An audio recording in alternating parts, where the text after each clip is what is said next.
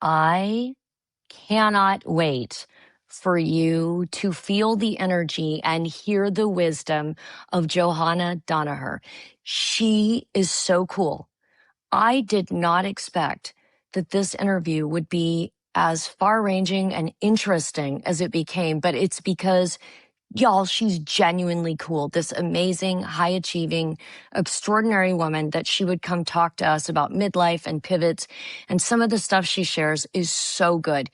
Johanna Danaher is a coach, a former corporate leader, and the founder of Anchor to Aspire. You'll find the links on the Facebook page. She helps pre-retirees, midlife women, and professionals in transition navigate big life and career shifts, whether that's stepping into a bigger role, moving through menopause, rethinking success, or figuring out what comes next after years of doing what was expected. Can you so relate to that? So after 25 years at Pfizer in talent, culture, and leadership, Johanna now helps clients approach change with more clarity, energy, and intention so their next chapter feels meaningful, aligned, and fully their own. So much in the fairway about what so many of us are trying to figure out. You're gonna love this episode. Listen with me now. Welcome to my realm. I'm Tami Jorden, and this is Butterfly Days, the podcast that proves you're not past your prime, you're living in it right now, because women don't have expiration dates. Butterfly Days is a celebration of the extraordinary potential of Gen X and Boomer women. Throughout history, women have shared wisdom to uplift and empower one another, and you're about to learn hard-earned wisdom and best-kept secrets from interesting, inspiring women. So if you're ready to embrace your butterfly season with confidence, find joy in the present, and create a legacy that matters, you're in the right place. No more holding back. Let's spread our wings now. Here we go.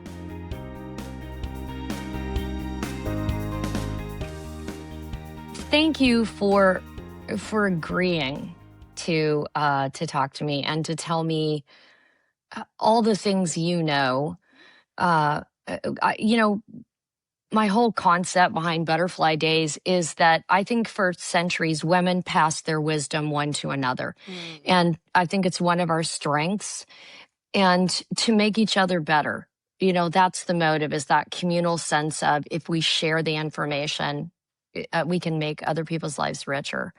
And it's kind of from that energy that I think you're going to be a tremendous value add today in the conversation we're going to have. Well, thank you so That's much. simple. And I totally That's believe simple. that too, right? I mean, women lift each other up. Sometimes we Yeah. also tear each other down. So that's Yeah, well, kind there's of power and it can go either way, right? exactly.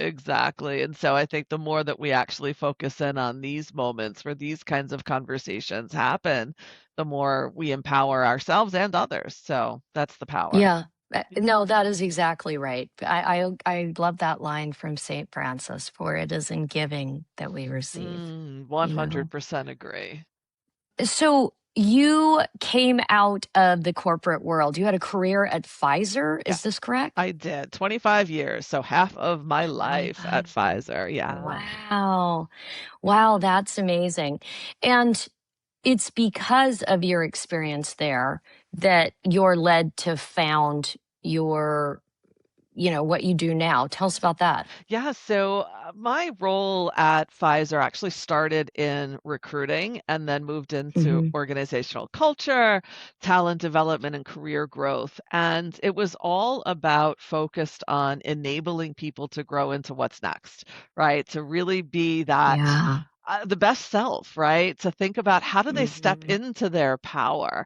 And that's what really energized me was when I was working one-on-one with a leader, one-on-one with another colleague to uncover what their passion areas were. Really, what Mm-hmm. was the core of them and how did that show up in the workplace? And when my role ended at Pfizer, I stepped into this space on my own as an entrepreneur to say, how do I help others navigate this transition that we're all in, right? When we retire or when we lose a job or when we make a pivot, how do we do that with more energy, with more grace, and, really with more I love optimism? it. Now, are you over 50 when you make this transition?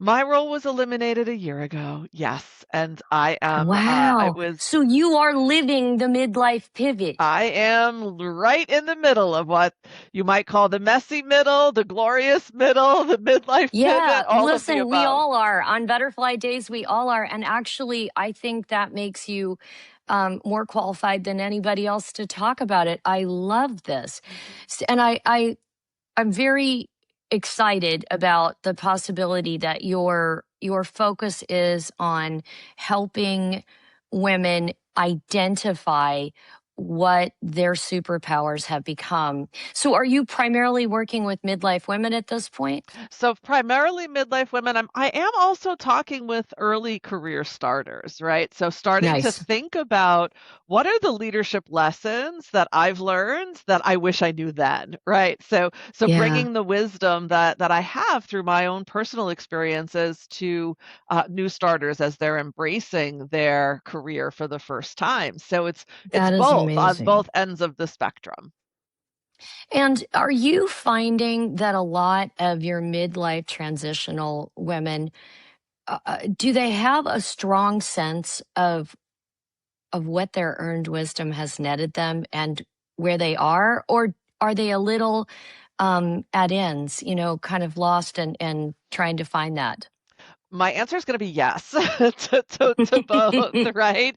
And I'd I say love that that. Yes, and yes. yes and yes, right? Because there is this sense that I know what my earned wisdom is in terms of the fact that I've been producing and I've Mm, been recognized and sort of validated through what I've produced and the outcomes I've achieved. But there's also mm-hmm, this sense of I don't know who I really mm-hmm. am meant to be. I've been doing so much that I haven't been being. And that's the interesting tension, Wow. right? When we spend all our time Yeah. doing, we assume that that's going to give us what we want. But it's actually when we're Mm-hmm. being who we're meant to be that satisfaction and happiness are with us. What a fantastic differentiation that, it's a fine thing what you do and doing it, right? But it is precisely in being who you are in the doing Mhm. that the real sense of fulfillment is acquired. Yeah. Wow. So how do you make that come into play? Like, what do you see and what do you suggest? So the first thing that I do with any person that I work with, and I had to do with myself, was really evaluate my values. And some of us Mm, have done values exercises in our lives. Usually we've done them in a leadership development program pretty early in right. our career, and we don't look at them again. Right. And Mm, while our values are probably core to ourselves, how they show up changes over time. So community was really important to me as a grounding value. That is mhm, very different today than it was 20 years ago. Right? 20 years ago, community was very much about, going sort of outward and being fully sort of active and engaged and present in all sorts of like workout groups or fitness oriented groups. Community then became associated with my daughter and the friendships that she was mm, making and the programs that she was engaging in. And then community at work became more of leadership and how was I engaging with others. And then now community is Well, I don't even know what it is. I'm rebuilding the community It's for this. Yeah, dynamic. yeah. And all of Oh, our values that's are. encouraging. I love that. I love that because I think that's something we need to know is that your values, your core values can be what they are, but it's like the kaleidoscope. As we go forward in time, they're shifting and they're becoming new, beautiful patterns, and it's okay if that happens. It's okay if the way that your values show up changes. That's what you're saying? It is, and I'm also saying that it's really important for us to actually pause and ask ourselves, how are these values showing up in my life? Am I Mm, honoring them, or actually are they being depleted because I'm not honoring them? yeah. What are you hearing women who are come to you saying? Like what patterns are you seeing in what's being asked or the fears or the concerns? There are three things that are primary. The first is it's burnout, right? I'm Yeah. burnt out and I don't have a clue to how to sort of fix that situation in my life. The second is I'm stuck. And that's somewhat Yeah. connected to burnout sometimes, but Yeah. not always. And then the third one is people keep telling me I have to have boundaries. I don't even know what a boundary is, right? So those are the three things that I hear. I'm burnt out, I'm stuck, and I need a Where are boundary. these boundaries I should have? What are they? How do I set them? Like, what the heck do you mean by a I'm boundary? just now spelling it right. Well, when we're young, as young women, and listen, I can't speak to Gen X as experience because I'm so pleased that it's different than ours. But when you're talking Gen Jones, which is the generation born 1955 to 1965, or Gen X, which is 1965 to 1980, this is the women that we're speaking to. We we were brought up to with the understanding that you can be anything, but we're going to tell you what all we want of you and you need to do it to be a good girl, you know? And so for us hitting midlife is tricky because how do we get our power back? And it's got to be tied into the boundary thing, which we're trying to get to. And I would think we're slightly better at or better equipped for because when your hormones take a dive, this extraordinary thing about it, it's so good. You don't care as much what other people think about what you just said, thought, or intend to do. So But you true. still do, just not as much. You still do, but I would argue that you actually care what you think. Oh, right? Oh, Yes. And then that's the 3 a.m. wake up where you sit there and you said, I could have, I should have, I would have. Why oh, did I do it that way? ouch. What was I thinking? How could I possibly have done that? And you beat yourself up, right? So when I Yeah. talk about boundaries with many of the women that I work with, it's also the boundary that we put on ourselves because Mm. we have the most rude interrupter that shows up, that gremlin voice, that sort of The inner mean critic, girl. mean girl. We would never say the things we say to ourselves to a friend, ever. Yeah. And we do it Yeah. all the time to ourselves. We are our Yeah. biggest critic. Your inner narrative is the older I get, the more I know it is so mother freaking important. How I talk to me and how you talk to you, uh, it's either going to hobble you or it's going to empower you. Yeah, 100% of the time. And I like to name my inner gremlin. I've given him a name, and it's Okay. really quite funny. And I call it it's Gil Banks, and it's because it's my most favorite character from growing up and my most disliked character from growing up. So it's Gilbert Blythe from Anne of Green Gables and Jar I Jar love Binks this. He was horrible. and then Jar Jar Binks from Star Wars. It's the two that I Like, so I'm like, Gil thank Banks, you. this is genius. This is genius. And so by identifying that voice and singling it out and indeed naming it, because when you name something, you call it into being, right? Mhm.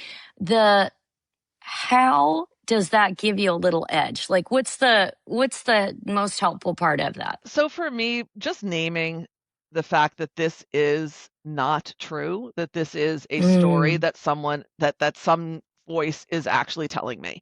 This is mm-hmm. not the reality of what's happening, right? That is I love power in that. it of itself, right? So Yeah, it challenging is. that voice and asking, what is the story that I'm telling myself in this moment? And what is actually true? What are the facts that I have? That gives me power, right? That gives me Yeah. the ability to Yes. say, I don't need you to protect me because the voice is coming from a sense of sort of automatic protection, right? It's there for, Self yeah, protection, sure. there for a reason. I don't need that, right? What I need is I need you to support me. I don't need you to protect me. I need you to support me. So you need to become a Yeah. coach, not a critic.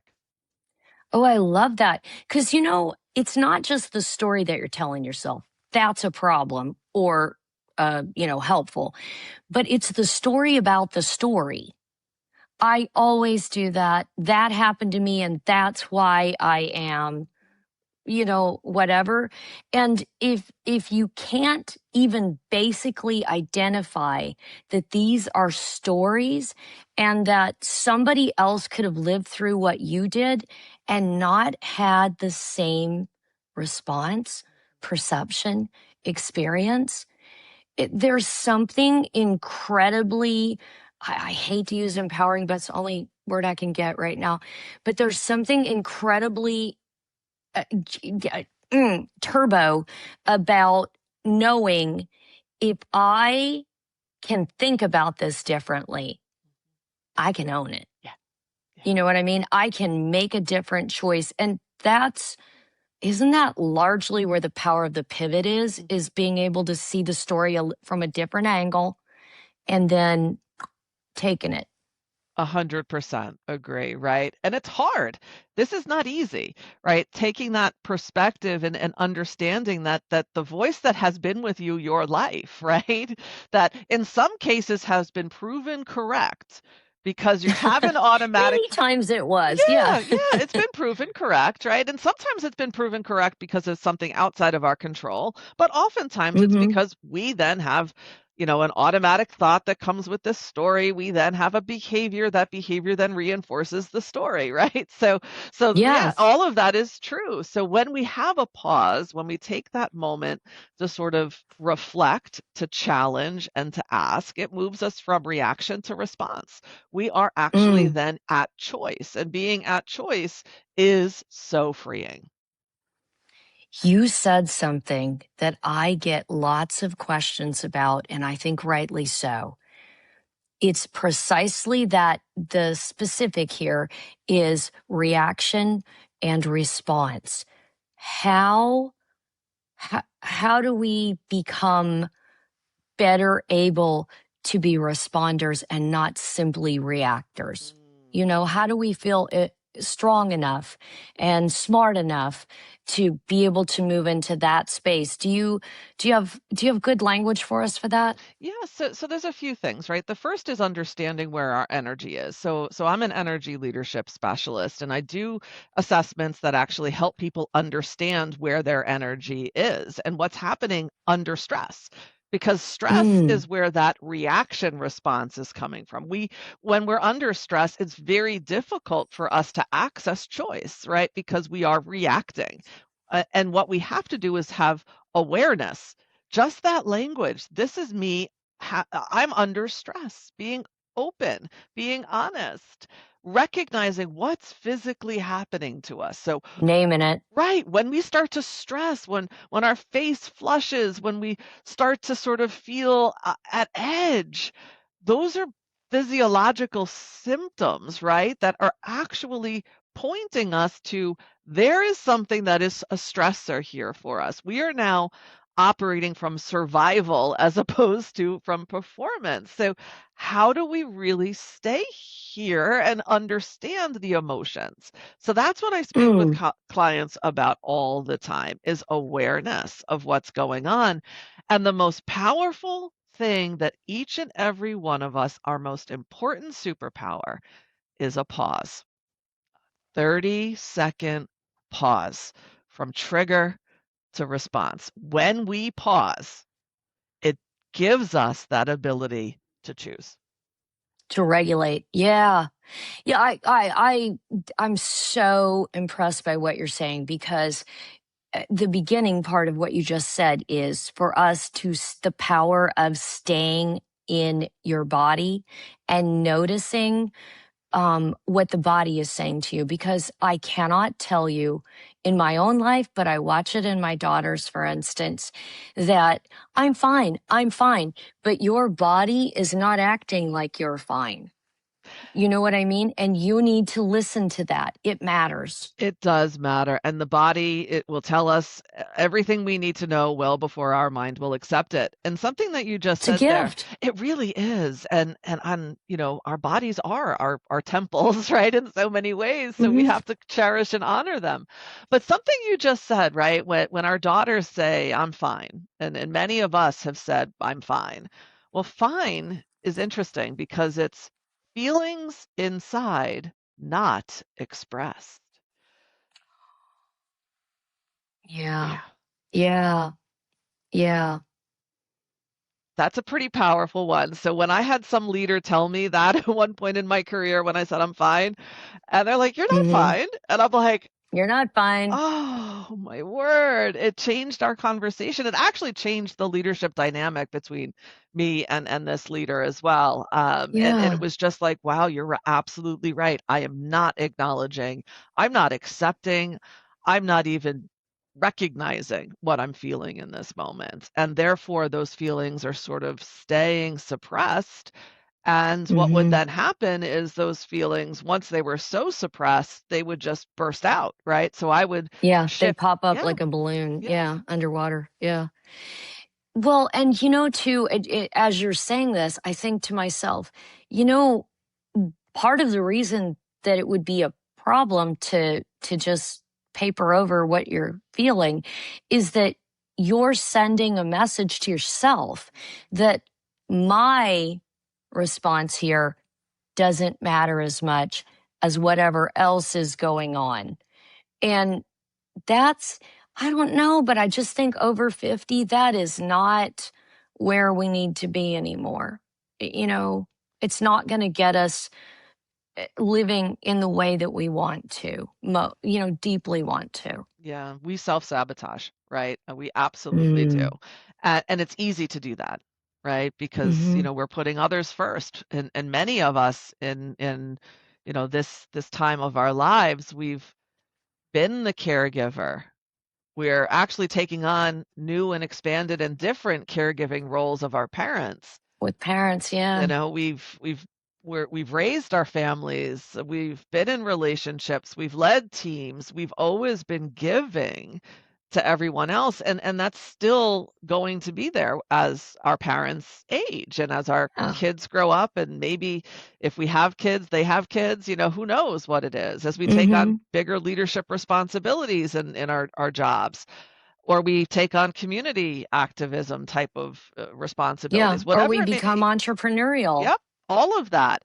We have to All give of to it. ourselves. And it's Mm. so hard to do that. And I actually had someone like 2 months ago say to me, and I was talking about that the sort of self-care adage, right? Put your oxygen mask on first. You I can't just thought of that. Yeah, yeah, yeah. I would love it. You can't pour from an empty cup, all of those, right? No. She said to me, she goes, "You can only pour from the overflow." She goes, "You can't even pour from a filling cup. You have to wait until you filled your cup up to the top and it's overflowing, and that's what you give from." And I was like, Yeah. oh, I've been teaching this stuff for years, and I don't do that. And you're Yeah. absolutely right. I've got to fill my cup to overflow, and then I can give to Yeah. others. Yeah. Yeah. Although, I mean, I've recently been talking with a lot of people who are dealing with parental dementia or other physical things and they're caregiving on the parental end while their children are either coming into adulthood or are young adults. And I think the message they're giving me is I'm having trouble finding enough for my cup and it doesn't matter. It's still hitting the fan every day. Yeah. What's it, do you have any tips for that, bless her heart, that woman? Yeah, so that woman is also me. So what my experience was a year ago was my daughter was a freshman in college. My Mm. mother was diagnosed with leukemia. My Oh, honey. stepfather was in the hospital. And so all of that was happening at the same time. And I lost my job right in the middle of it, All at one time. all at one time. Holy. So it Mm. was that moment, and I was just like, well, okay, so this was actually a gift in some ways, as weird as it sounds, that my job was eliminated because it almost pushed me into where I am now, starting my business. And Mm-hmm. I reflected on that and said, with gratitude, to say, well, thank you. But it was also like, now this is the most stressful moment of my time. I have Yeah. two Thanks, things of universe. caregivers. I've got all of these medical things going on. My thought, like, what is happening? And so for me, what was really important was to actually have very different conversations with each one of these, stakeholders, right, in my life. Talking with my Mm. husband about what does this mean for us. My husband also left his job and started his own Mm. business, right? So we're very privileged in the fact that we have the capacity to be able to do that. So I'm very thankful, but also, my daughter was struggling in school. My mother had these diagnoses. I had to be in Maine and I live in Connecticut. So it was just traveling all over the place. So it was so stressful, but I had to have the conversation about what can I show up with? What are the boundaries that I need to put into place for me, right? I cannot pick Mm-hmm. up the phone and answer every single text that I get. I cannot do that. How do I create Yeah. that space? And so I needed to give myself grace that I was going to mess stuff up. Mm-hmm. I needed to Mm-hmm. put the boundaries in place to say, I cannot engage in these types of things. I had to recognize that every yes I said was a no to something else. And so I God, the created a vice of yeah. it. Oh, it was just, and I'm like, I love to say yes. I'm a helper. I've always said yes. I don't like saying no. But I had to come up with a way and criteria that let me do that. So I did just like Did a you two do it by on two. paper? I did. It's on my fridge. I'm like, what am I saying yes to this week? And what am I saying no to? Right? What's the criteria That's that you put in amazing. place? Now, And have I done it? Oh, sorry. how did you create criteria? Like for you, give me, I'm not asking for your personal, too much, but like if a woman hears this and she goes, "Oh my God, I need that." How did you do it? What can you tell a sister about that?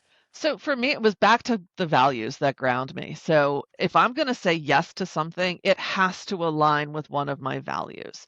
Is it going to ensure that I'm building community for myself?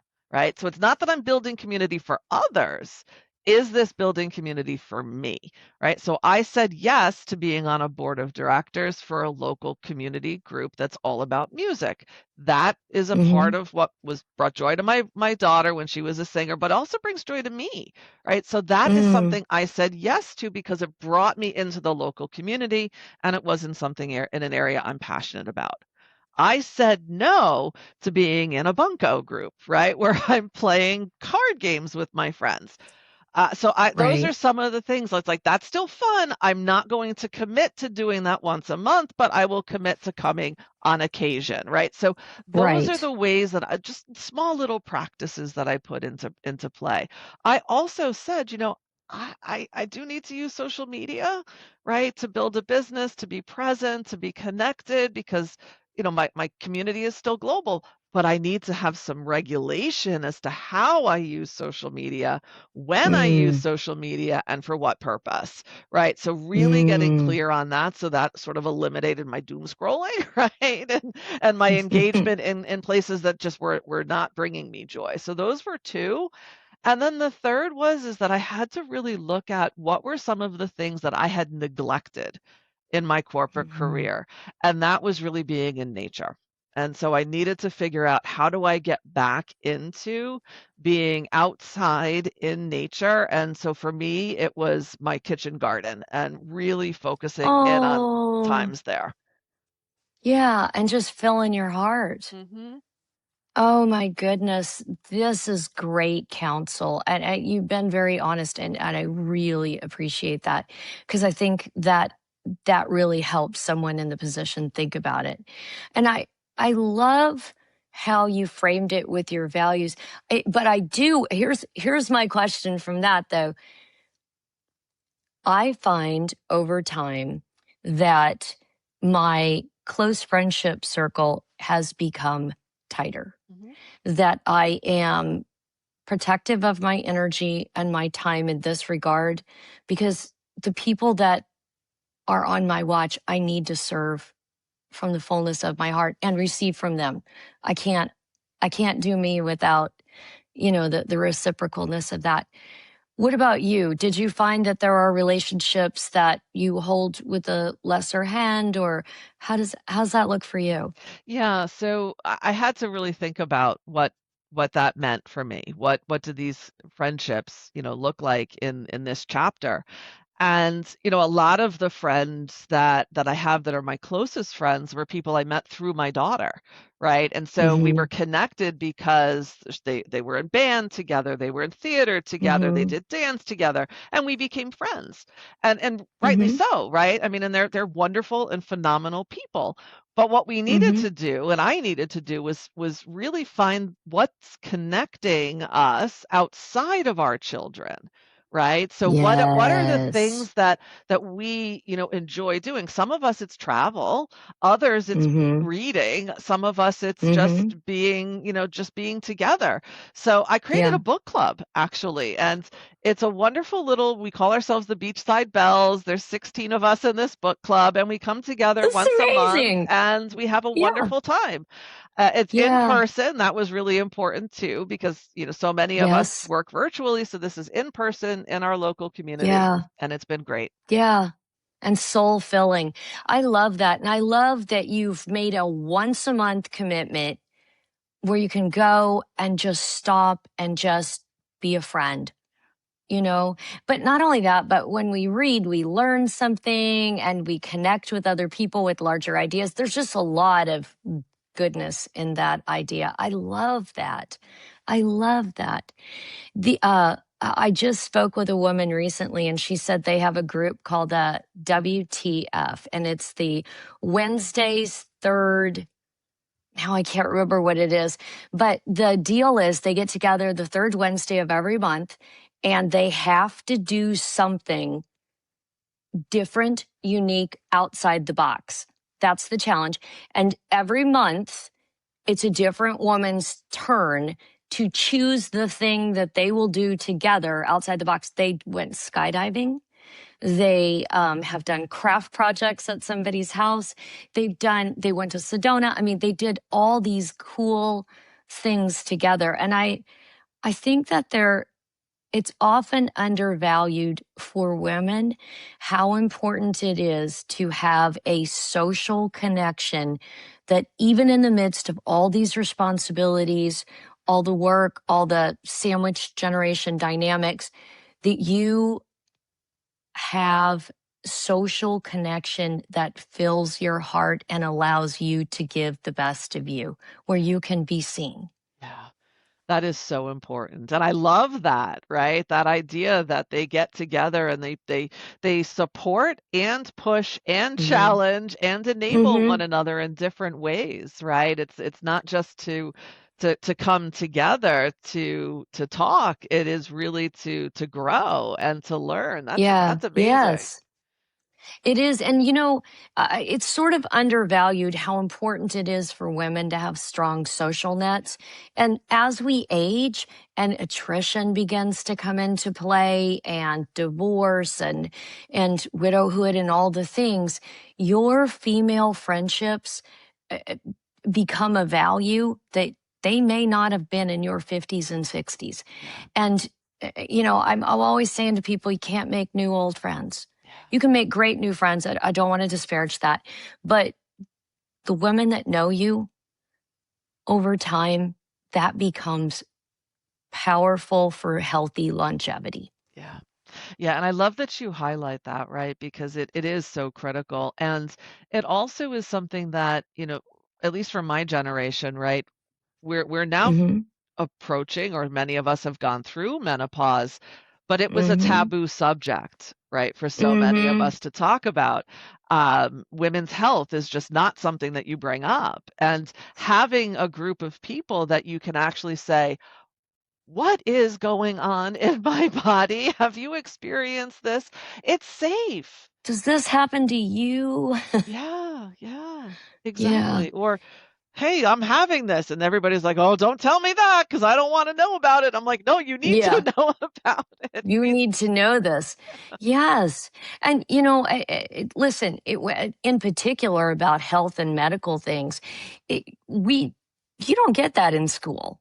So if it doesn't come up in your doctor's office randomly, you, you may not have access to knowledge, and knowledge is power, you know? So important. So here we are. A lot of us get to this point. We've come so far in the career. We're often balancing kids, that are launching, and the parents. And we're feeling like maybe it's time for a pivot. But mm, mm, how? What are some good tips about getting yourself set up Mm, for success in managing a pivot? it's a fabulous A question. midlife A pivot. midlife pivot. So a fabulous question. And, for me, I was planning my pivot before my pivot was sort of accelerated. So Mhm. one of the Before things, life delivered it. yeah, yeah, exactly. So one of the things to prepare for is actually grieving what we're leaving Mm, behind. And that's important because, sometimes, if we choose the pivot is chosen for us, whatever, we will fill ourselves with busyness, right? Whether we've retired and now we become busy, whether we take on a new job and we're busy, right? We glorify busyness. And it's mm, a socially acceptable yep. way to avoid grief. So spend some time really recognizing that we are leaving something. Our Yeah. identity is shifting. Grieve that. And that's Yeah. okay. Ask yourself, what am I Yeah. leaving? What do I want to actually carry forward from that, Mm, previous life? Right? And what do I want to create space for? Whether it's in a new job, whether it's in a semi-retirement or as a solopreneur, whatever it is, grieve what you're losing, identify what you want to bring forward, and then identify what other things do you want to create space for. But give yourself that space for the grief. so good. And the reason why you're saying give yourself space is because you deserve it. You would grant it to anyone else. You deserve it. And how on earth are you going to get clarity about what you want next if you don't walk through what was, so that you know what all you're bringing to the table? I mean, because I see where it would be very difficult to know what you want when you've never fully acknowledged who you are, or how the journey has taken you here, or what it's made you so far, Yeah. you know? Because you were so busy living it that you forgot to see, oh, look who I am now, Yeah. you know? And the other thing is so many of us are high achieving women, right? And we still kind of going back to that thing I said at the beginning, we equate our worth with our output, right? Because we've Oh, always produced something. And so we recreate either a, a job without meaning, right? Or mm-hmm. we Oh, recreate sort of this busy energy, right? And yeah, yeah, it's because we haven't taken that pause to really ask, as you said, what matters now? What actually truly matters? yeah, yeah. Yeah. And this is your moment to do it because we're not living our mom's midlife experience. You've got more years. There is so much more sand in your hourglass.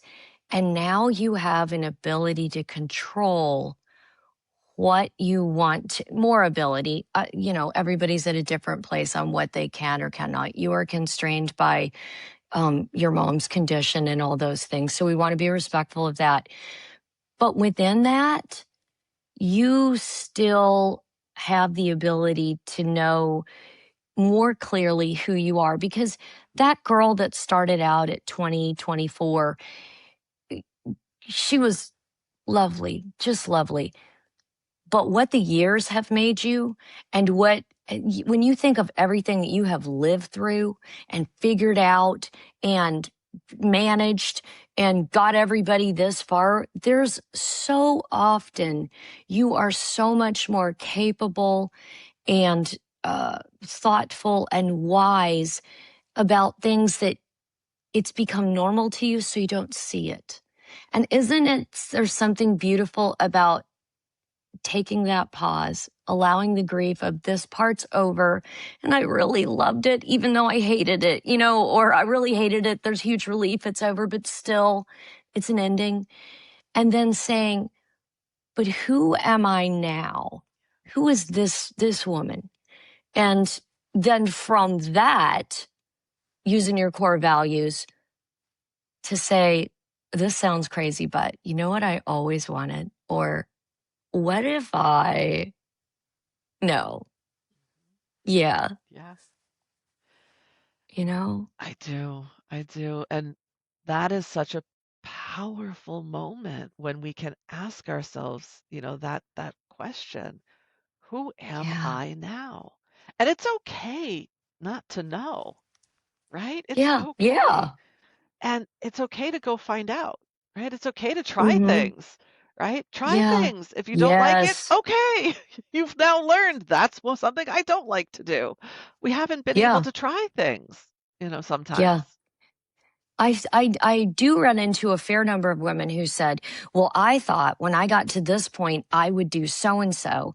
And then life, or they start trying it and they're like, oh, not the video and the audio don't match my expectation of what I thought I would do or be or, get to have. It's not so good. And the thing is, this is great news. It's a data point that that's not what works. So what else is there? Yeah. My prayer is always this or something better, and allow some room for something even more extraordinary than we were able to conceive to be brought into our awareness and into, something that we can begin to live out and manifest. Oh, Tammy, I love that you said that too, because it reminds me of, something else I've been sort of reflecting on is oftentimes we have this sort of end goal, right? Because that's Hmm. sort of the pinnacle thing that we want to achieve. So we Yeah, laser yeah. focus like we're, a horse in a race.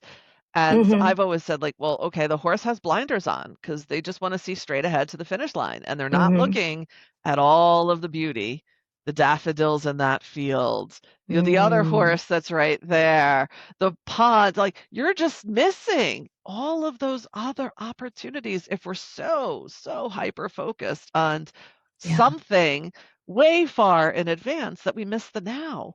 So it's also like, yeah. let's spend some time in the now. Right? That's the other part that I That's so did not powerful. do. Yeah, it's okay to be here now, even if that's difficult, even if you're caregiving someone with dementia and it's painful.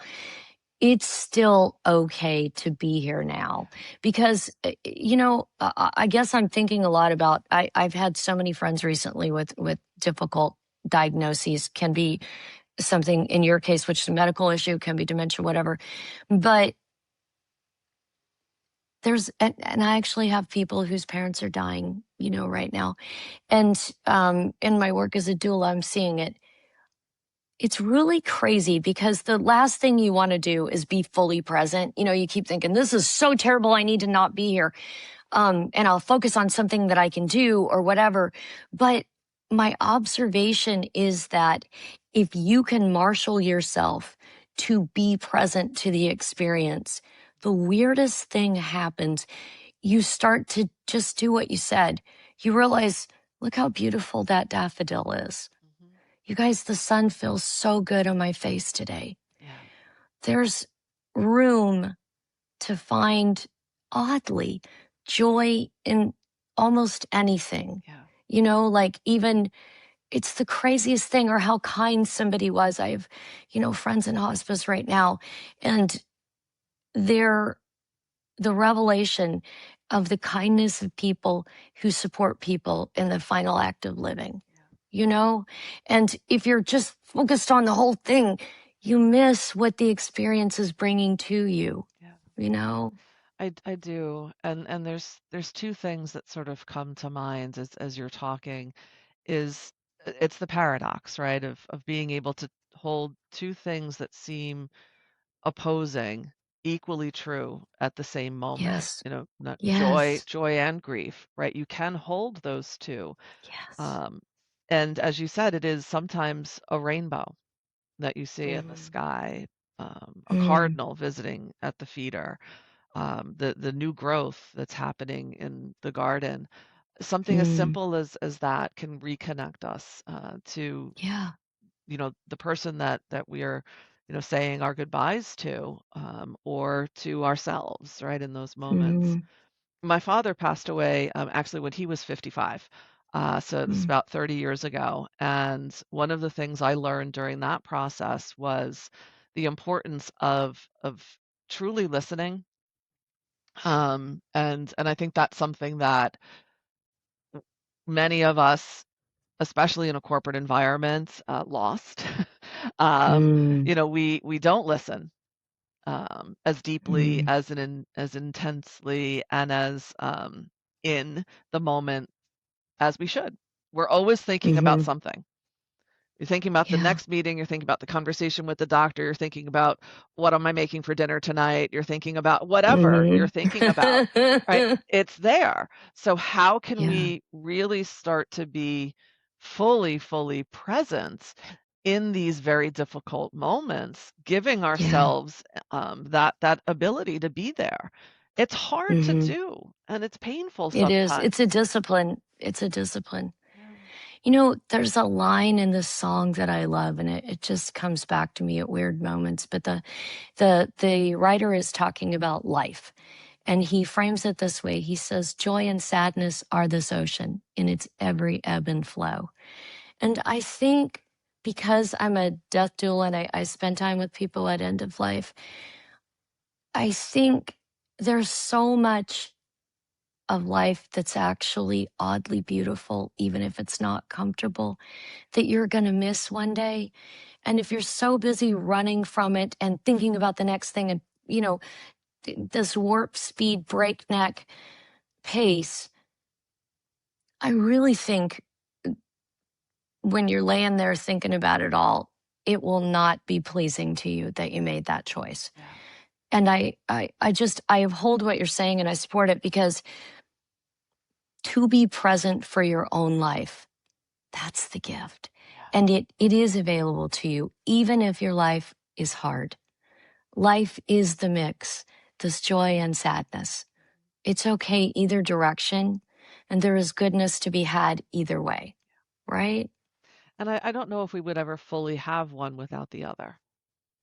There would be, yeah, no contrast. Yeah. Yeah. Yeah, You know, that's incredible. I mean, grief and sadness means that something mattered, Something mattered. Yeah, yeah, and it still yeah. They matters. say that grief is the price that you pay to have loved deeply. And come on, there are things that are worth that you look back and you're like, wow, that was so hard, but so worth it. And grief is one way that you know that it was worth it. Yeah. Well, that is so beautiful.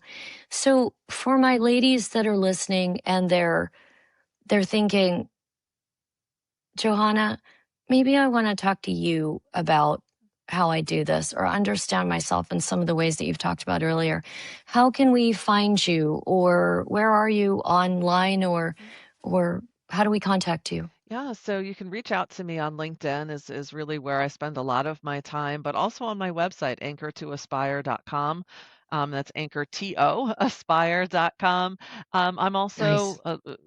I'm hosting monthly workshops that are really focused on renew you. So those are opportunities to just come together, right? 60 Brilliant. minutes once a month, talk, be a part of the conversation, and hear other Mm, perspectives and points of view. mm.